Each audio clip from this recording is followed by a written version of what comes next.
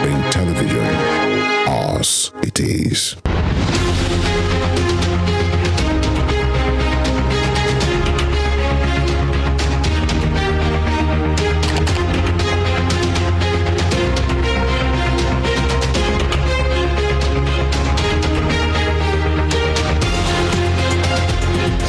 Good evening and welcome to Spring Global on Western Spring Television. Now the headlines. President Muhammadu Buhari condemns the killings of scores of people in Benue State within a week. At least 10 people killed after truck crashes into pedestrians and motorcycle taxis in Kenya's western border town. China begins 3 days military exercises around Taiwan amid anger over President Xi's meeting with U.S. House Speaker. My name is Evelyn Ohiola. We begin in Nigeria as President Muhammadu Buhari has condemned the extreme violence and killings of scores of people in Benue State within a week. The president, in a statement by one of his spokespersons, Garba Shehu, condemned the use of terrorism as a tool in intercommunal conflicts. The president conveyed his grief and sympathy to the families of those who lost their lives, adding that the perpetrators will be found and dealt with swiftly under the law. He further directed the Department of State Services, DSS, the police force and military commanders to enhance surveillance on every front and to immediately review the security management in the affected areas.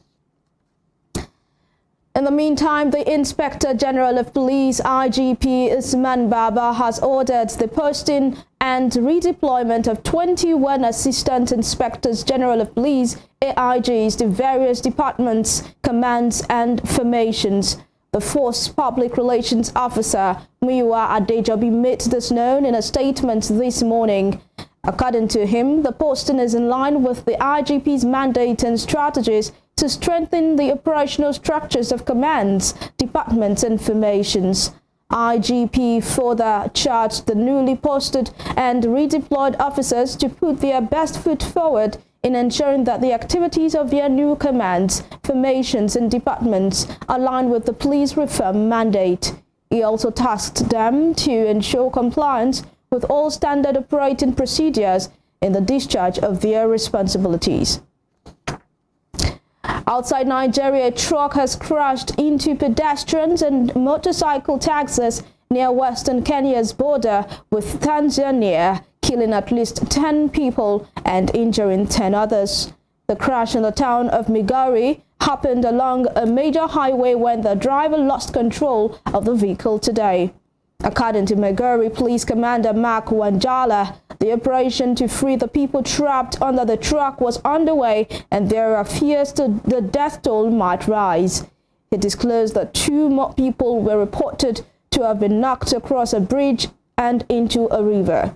According to eyewitnesses, the truck driver honked the vehicle's horn repeatedly before the crash.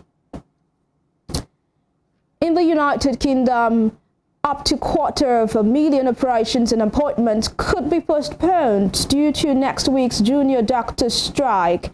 The NHS Confederation Director of Policy, Dr. Leila Mackay, gave the warning, stating that patients are likely to see more of an impact because the 4-day walkout comes after the Easter weekend. She said health bosses are more concerned about the impact of the coming strike than they have been about the others. The walkout is due to start on Tuesday. Hospital bosses have said they cannot guarantee patients will be safe as managers struggle to arrange staffing during the strike, which will affect both emergency and planned care. Well, our members who are healthcare leaders across the whole system tell us that they have never worried about a strike as much as they're worried about this one. They think that the impact could be really, really significant. And that's, as you say, because it is happening, the strike itself, 96 hours, it's longer than they've experienced, and it is attached to the Easter weekend and then, of course, the weekend after that, meaning that they're very much expecting to see this disruption happening over 10, 11 days. And it's at a time when quite a lot of doctors will be on holiday and not necessarily able to provide that that cover, that lots of the consultants who provided cover last time will be having time off in lieu. And it is a really concerning time because it's not quite clear how to manage that level of capacity loss over such a long period of time. That's why healthcare leaders are working so hard around the clock to think of mitigations, to make sure there are going to be enough capacity, and to absolutely prioritise the most urgent care and patient safety. Meanwhile, the president of the Scottish National Party SNP, Peter Murrell, has said he does not think independence can be achieved right now, as police continue investigating the party's finances. The former minister also admitted his party is facing its biggest crisis in 50 years. His comments comes after he was arrested by the police on Wednesday and had his home searched before he was released without charges. The SNP's headquarters in Edinburgh were also searched, with the party's accountants resigning yesterday after a decade of working with the party. Speaking to the Herald newspaper, Mr. Russell said recent weeks had been wearing for the party, which recently selected Hamza Yusuf to succeed Ms. Sturgeon as party leader. To the Russia-Ukraine war, hundreds gathered for the funeral of high-profile Russian military blogger Vladlen Tatarsky in Moscow after he was killed in a bomb attack in St. Petersburg.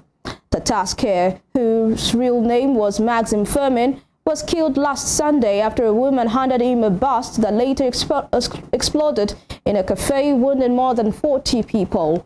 Russian authorities said the attack was orchestrated by Ukraine with help from supporters of jailed critic Alexei Navalny, but Kyiv has blamed it on Russia's domestic infighting. Manners, some carrying flowers, gathered at the prestigious Troyekurovskoye Cemetery in western Moscow with a heightened police presence.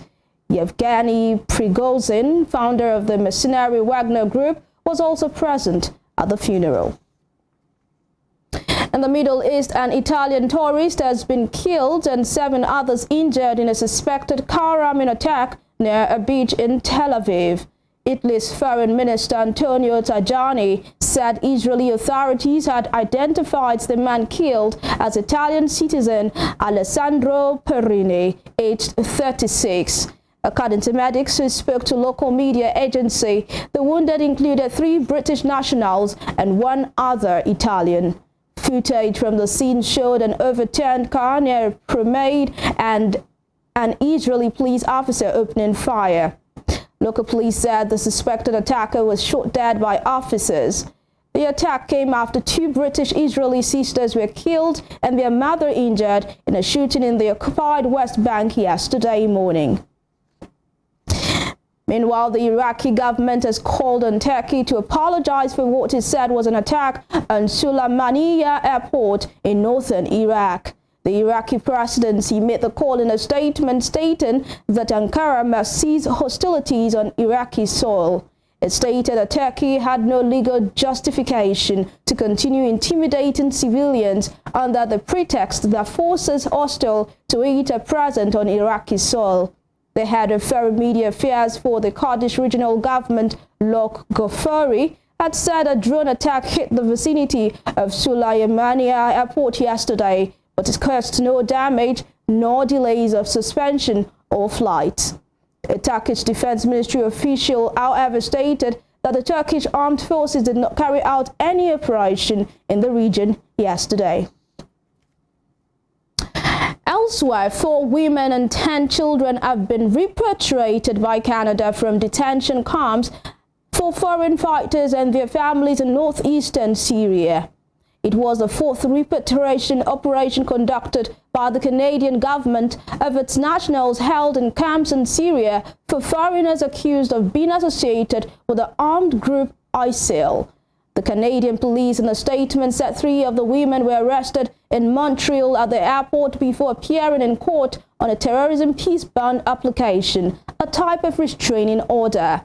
One, an unidentified 38-year-old woman, was transported to Alberta province in Western Canada and released on bail pending a hearing on the conditions of her status. It, however, remains unclear whether any of those being repatriated could face prosecution for alleged involvement with the armed group. You're watching Spring Global on Western Spring Television. We will be right back after this break.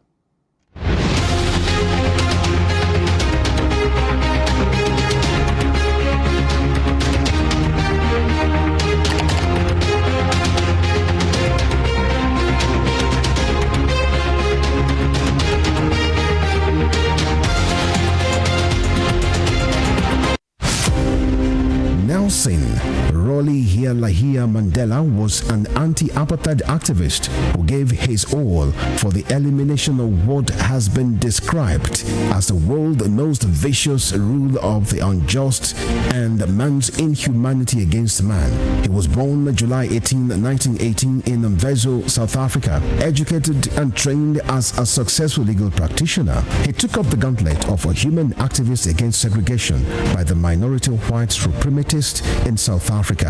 At the climax of his trial for treason, orchestrated by the minority South African government, the great crusader for democratic equality was prepared to pay the supreme sacrifice to establish majority rule in his native land. He told white jurists that if achieving freedom for his people was worth his life, he was prepared to die. Nelson Mandela spent 27 years in Robben Island, described as the most notorious prison in the world. It was from this same prison that he came out as a free man to assume office as South Africa's first black president in 1994. Western Spring Television identifies Nelson Mandela as a watershed character in history. Funmilayo Ransome Kuti was an educationist and advocate of women's rights. She was recognized for her vitriolic comments against colonial policy of taxation as it affected the Nigerian women. Bere, as fondly addressed by her women followers, Funmilayo championed the initiation of universal adult suffrage, which gave an unprecedented leeway for women to contest elective offices and power to exercise voting rights. Married to a foremost educationist and teacher, Israel Oladoto Ransome Kuti, the first president of Nigeria Union of Teachers, Funmilayo Ransome Kuti was the mother of children who inherited her spirit of activism. Olufela Ande Ololari, the former, a renowned musical legend. She was the first female student of Abeokuta Grammar School and the first female to own and drive a car in Nigeria. The award recipient of Member of Order of Nigeria MON and Lenin Peace Prize, was born on 25th October 1900 and was killed on the 13th April 1978 by rampaging road soldiers in Lagos. Western Spring Television identifies Funmilayo Ransome Kuti as a watershed character in history. Born Jeremiah Oyeni Obafemi on March 6, 1905, Obafemi Awolowo was a prime architect of Nigeria's independence and most consummate advocate of free education and social welfare in Africa's most populous nation. Erudite politician, thinker, and philosopher, Awo was fondly addressed by associates and political colleagues, brought his unique attributes to bear on governance in the defunct Western region. He administered as leader of government business and the premier between 1955 and 1958. Obafemi Awolowo's premiership witnessed pioneering in multi-sectoral policy initiatives and execution. The Western region under his administration paraded several enviable records.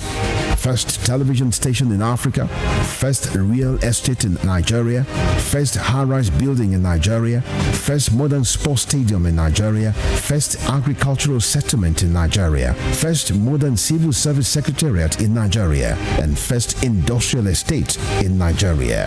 His face is on 100 naira denomination as a mark of honor for his distinguished services to his country.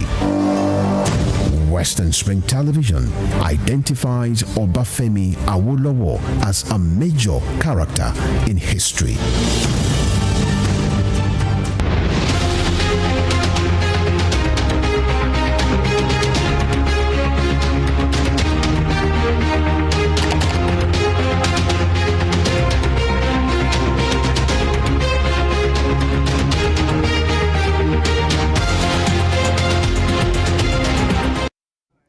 Welcome back. Moving on, we move over to Asia as China has begun 3 days of military exercises around Taiwan amid anger in Beijing over Taiwan President Tsai Ing-wen meeting in California with the Speaker of the United States Representatives Kevin McCarthy. The People's Liberation Army's Eastern Theater Command, in a brief statement today, said the military will hold combat readiness patrols until April 10. The drills, dubbed United Sharp Sword, involve exercises in the Taiwan Strait to the north and south of the island, as well as in the sea and airspace to its east. The army added that this was a serious warning to the Taiwan independent separatist forces and external forces' collusion and provocation, and it is a necessary action to defend Beijing's national sovereignty and territorial integrity.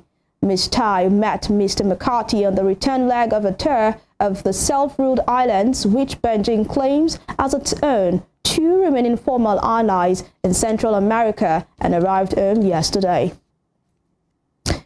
Meanwhile, Malaysia says it is firmly committed to protecting its sovereign rights and interests in the South China Sea after China expressed concern about Malaysian energy projects in part of the sea that China also claims.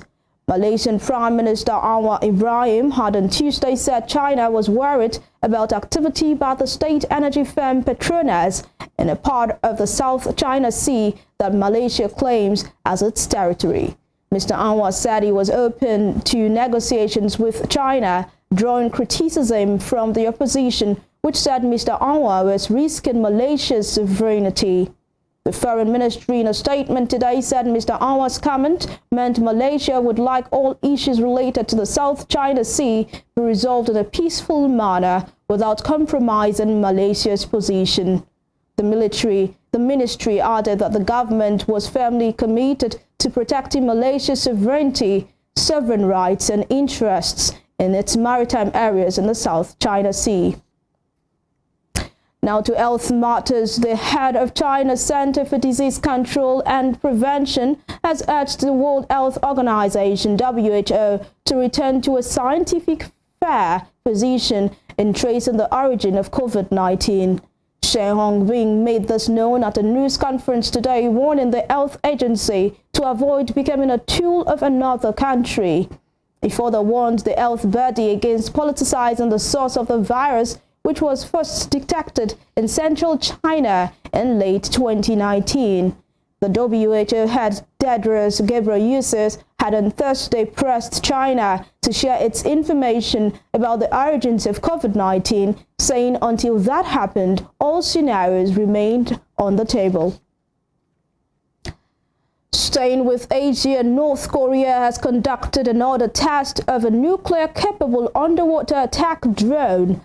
According to state media, the country tested the so-called IL-2 more than a week after it disclosed a new underwater drone system dubbed IL-1. The latest test took place from April 4 to April 7. State media KCNA reported this morning. The agency said the underwater nuclear attack drone IL-2 cruised 621 miles of simulated underwater distance, adding that the test warhead was also detonated. AHAL, which translates to tsunami in Korean, is designed to undertake sneak attacks in enemy waters. In the United States, a Trump-appointed federal judge in Texas has ordered a hold on the long-standing approval of a widely used abortion drug, mifepristone. But an hour later, an Obama-picked judge in Washington state issued a competing ruling ordering that access to the drug be preserved in 17 states. The pill has been allowed for over 20 years and is used in most abortions. The dwelling court orders make it likely that the issue will escalate to the U.S. Supreme Court. In other news, a California-based owner of a Tesla vehicle has sued the electric car maker in a prospective class action lawsuit, accusing it of violating the privacy of customers. The lawsuit was filed in the United States District Court for the Northern District of California yesterday. It comes after reports that groups of Tesla employees privately shared via an internal messaging system, sometimes highly invasive videos and images recorded by customers' car cameras between 2019 and 2022.